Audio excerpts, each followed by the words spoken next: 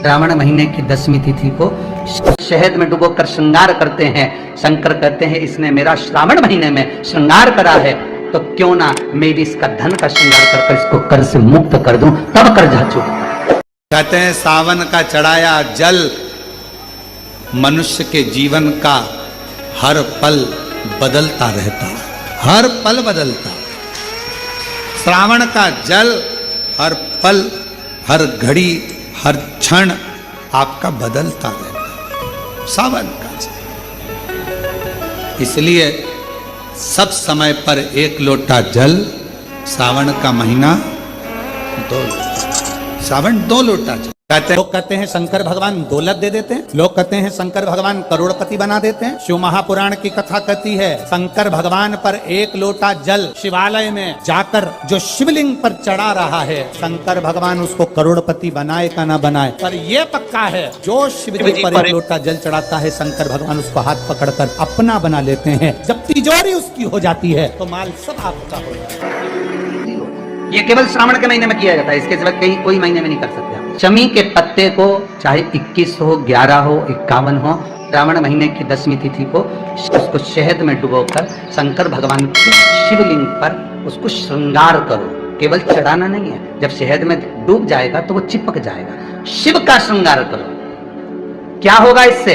तो लिंग पुराण कहती है, नर्मदा पुराण कहती है, शंकर का जब हम शमी के पत्ते को शहद में डुबोकर श्रृंगार करते हैं, शंकर कहते हैं इसने मेरा श्रावण महीने में श्रृंगार करा है, तो क्यों ना मैं भी इसका धन का श्रृंगार कर इसको कर्ज से मुक्त कर दूं, तब कर्जा चुका। ये केवल श्रावण के महीने में किया जाता है, इसके सिवा कहीं कोई और नहीं। तो बाद में कहोगे कि हमको हर महीने, तो उस महीने में कर, केवल श्रावण की 10वीं, चाहे उजाले की कर लो चाहे अंधेरी की कर लो, एक ही बार करना। तो 10वीं जब तिथि आए, 9 दिन पूरे होने के बाद जब 10वीं तिथि आए, 10वीं, शमी के पत्ते 5 दुर्वा, 5 बेलपत्र, भगवान शंकर के मंदिर में 1 शमी का पत्ता, 1 दुर्वा, 1 बेलपत्र, भगवान शंकर से अपनी कामना करके, अपना गोत्र बोलकर शंकर भगवान के शिवलिंग पर समर्पित कर। फिर दूसरा पत्ता, दूसरा शमी पत्ता, दूसरी दुर्वा, फिर शिव जी पे समर्पित कर। 5 पत्ते शमी के, 5 दुर्वा, 5 बेलपत्र समर्पित कर 1 लोटा जल 3 बार शंकर जी को उसी जल से 3 बार समर्पित करें। अपनी कामना कर चढ़े हुए जल का भाग थोड़ा सा लेकर आए, घर के दरवाजे पर, व्यापार के स्थान पर उसका सिंचन करें और हृदय से बाबा से प्रार्थना करें, बाबा तेरे भरोसे नहीं, बहुत चिंता है, बहुत टेंशन है, कर्जा बहुत है, दुख बहुत है, व्यापार चल नहीं रहा, तुझे समान। हमारा विश्वास कहता है 3 महीने के अंदर जहां भी कथा होगी वहां आपका खुद का श्रावण महीने की 10वीं तिथि कि मेरे बाबा ने मेरा हाथ पकड़ा, मेरे शिव ने साथ।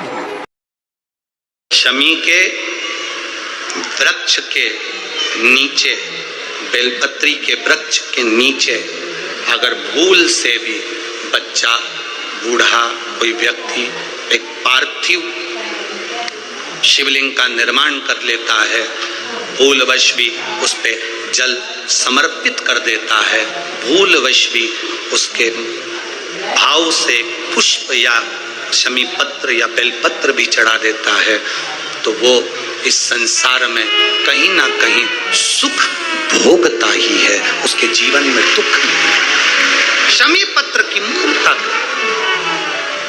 शमी पत्र की मूर्ता, शमी का पत्र समर्पित की गई शमी का 1 पत्ता, महादेव को अगर 1 शमी का पत्ता समर्पित कर दिया जाता है तो जिंदगी में कभी वैभव और धन की कमी नहीं आती।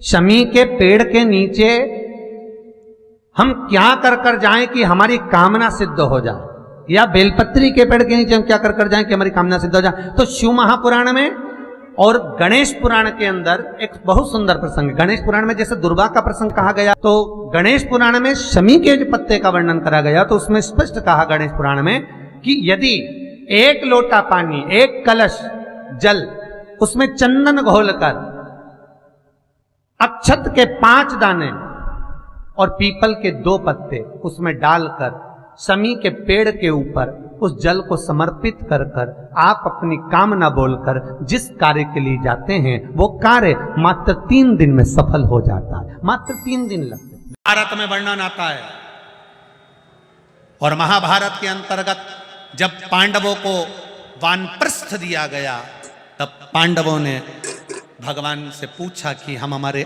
शस्त्र को, हमारे औजारों को, हमारे अस्त्र शस्त्र को कहाँ रखें। तब भगवान कृष्ण ने शमी का पेड़ बता दिया। शमी के वृक्ष के नीचे पांडवों ने अपने अस्त्र शस्त्र उस शमी के पेड़ के नीचे गाड़ दिए।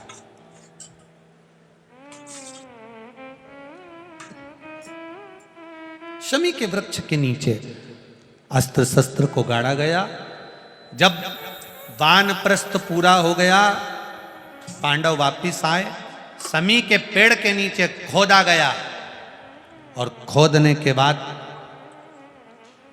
अस्त्र शस्त्र निकाले गए और अस्त्र शस्त्र निकालकर, अस्त्र शस्त्र निकालने के बाद पुनः भगवान कृष्ण ने पांडवों को दिए।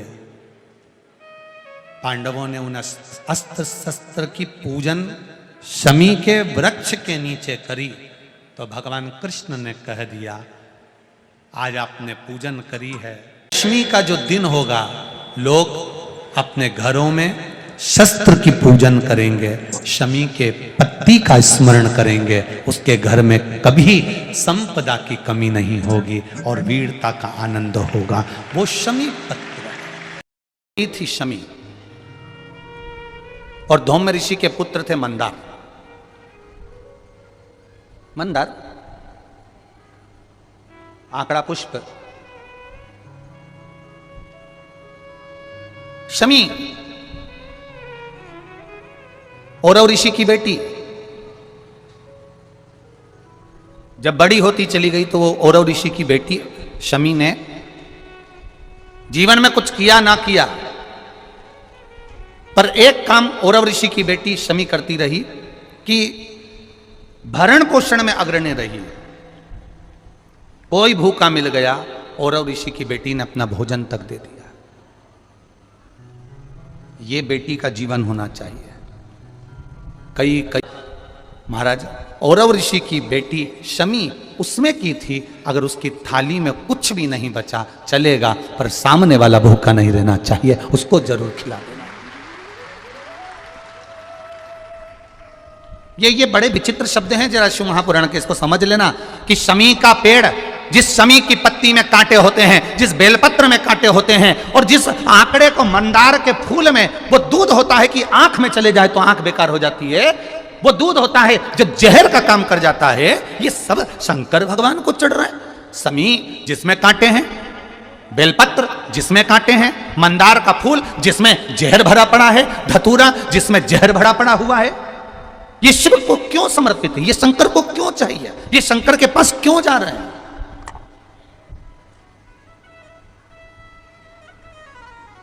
क्यों? उसका एक कारण है, सत्य बोलने वाला हमेशा बुरा होता है, हमेशा बुरा होता है। और वो सत्य बोलने वाला व्यक्ति, शमी कांटों में रमी हुई है, लदी हुई है, पर भाव शुद्ध है, उसका भाव गड़बड़ नहीं हुआ। उस शिव मंदिर में जाकर मात्र शिवलिंग का स्पर्श कर लेना। आप में से कितने लोग हैं जो शंकर जी के मंदिर में जाकर चंदन की 3 उंगलियां शिवलिंग पर घुमाते हो ना, शिवलिंग पर 3 उंगली? तो ये 3 उंगली घुमाने का फल क्या है?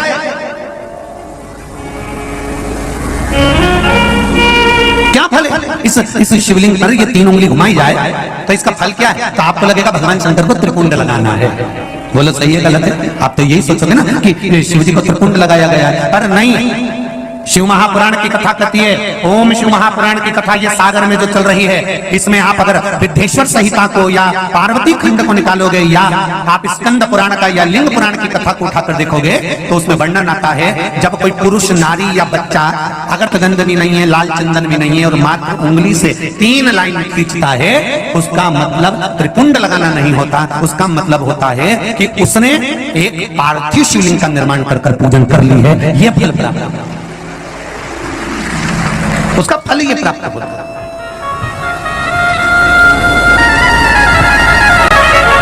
अब आप तो अभी तक सोचते थे कि हमने तो चंदन लगा दिया, हम तो भगवान को चंदन की लाइन खींची, हम भगवान को त्रिपुंड बनाकर आए। त्रिपुंड नहीं,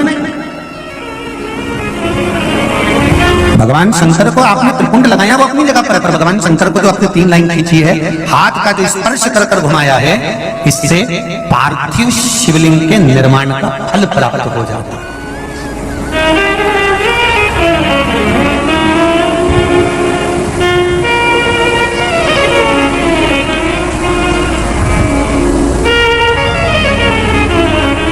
विशेष जब कामना रहती है, विशेष कामना, आज आपका मन कर गया 108 चावल के दाने मेरे को शिव जी को चढ़ाना है,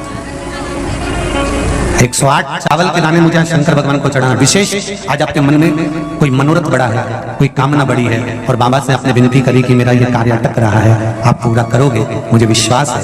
108 चावल के दाने चढ़ाना है, आपने चंदन लगाया, हाथ की हथेली पर 108 चावल के दाने जो घर से गिनकर लेकर गए हो उसको हथेली में रखा, एक चावल का दाना नहीं चढ़ाया, हथेली में रखकर जो विशेष कामना, जैसे किसी कर्मकांडी ब्राह्मण से पूछा जाए, पूजन होने के बाद में विशेष अर्घ दिया जाता है, विशेष अर्घ,